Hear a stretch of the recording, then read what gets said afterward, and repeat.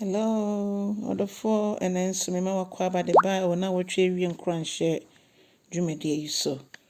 Unyankopon ba wa Sampekeni Jacqueline Eni na Yaminam so Eddie Nasam Ebre Yina.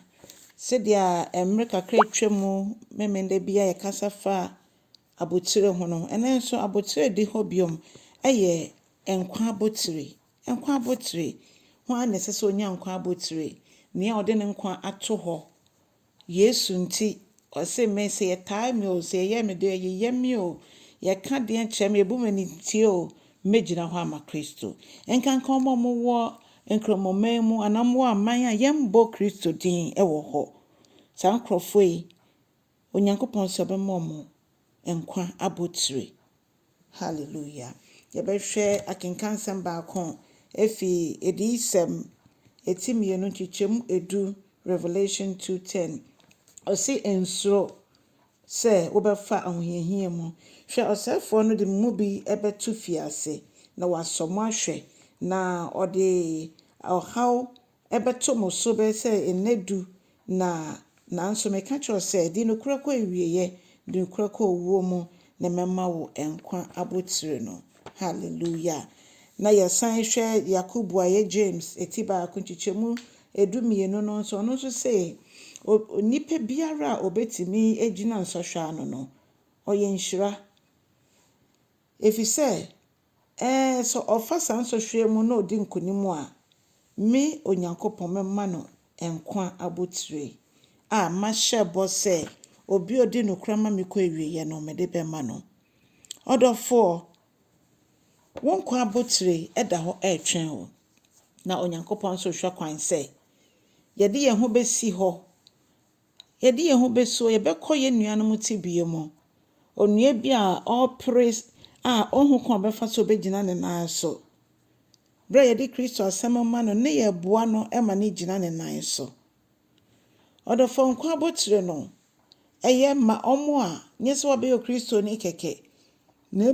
obi bia waje atum se mepese me ni Kristo nante emfa ho ne nia menemu emfa ho ne ohawa menemu yehwe esuafo edi kan na omo bebre wu atofowuo enne ye mo hwan ena se kase wu atofowuo a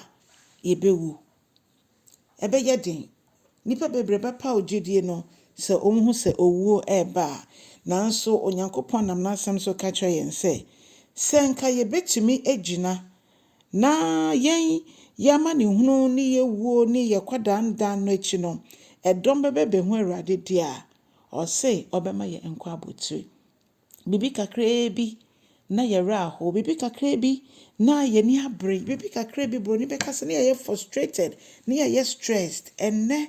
onyankopɔn ka kye yen se ye de ne nkonkodu se ye hwe ye moja egu enkonkodu se suafo de ye twitwa omumu ebi ye chi omo anwa mu ebi ye sen omo asenua so ye de no nurusa ebre nurusa ye de ne ye de yabrabo eye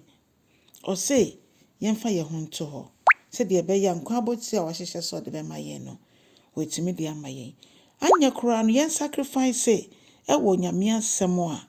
ye ka emu nyame asɛm a ye ye emu nyame asɛm a de ma afoforo na ye promote onyankopɔn aheman no en sɔhwɛ ne oha bebre beba de yemfansi ye ne so se ono nko a ene ebedi n'echi na n'echi die no so aketua pa ewo mu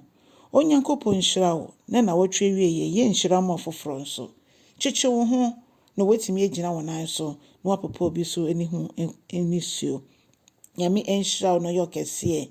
na wonkwa abotire eda ho a etwen wo ti se Yesu amen na yebehia adwoada ewo line so onyame nyokese kosisa obeye kese wo Yesu din mu amen.